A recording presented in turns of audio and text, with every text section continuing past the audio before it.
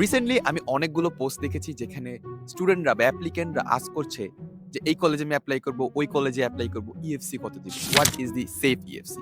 আসলেই কি safe EFC বলতে কিছু হয়? আসলে সেফ ইএফসি বলতে কিছু নেই।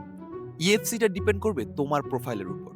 তোমার প্রোফাইল যত ভালো হবে, তোমার ইএফসি তত কম দিলেও হয়তোবা টপ ইউনিভার্সিটি তোমাকে নিয়ে নিতে পারে।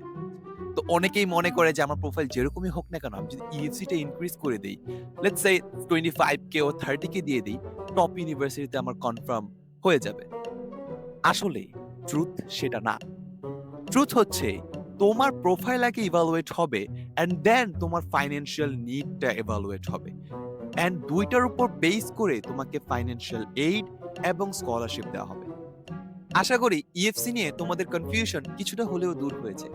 তোমরা যদি এরকম আরো কনফিউশন দূর করতে চাও, তোমাদের ED2 এবং RD অ্যাপ্লিকেশন গুলো আরো স্ট্রং করতে চাও, তাহলে এখনই আমাদের বুট ক্যাম্পে জয়েন করে ফেলো।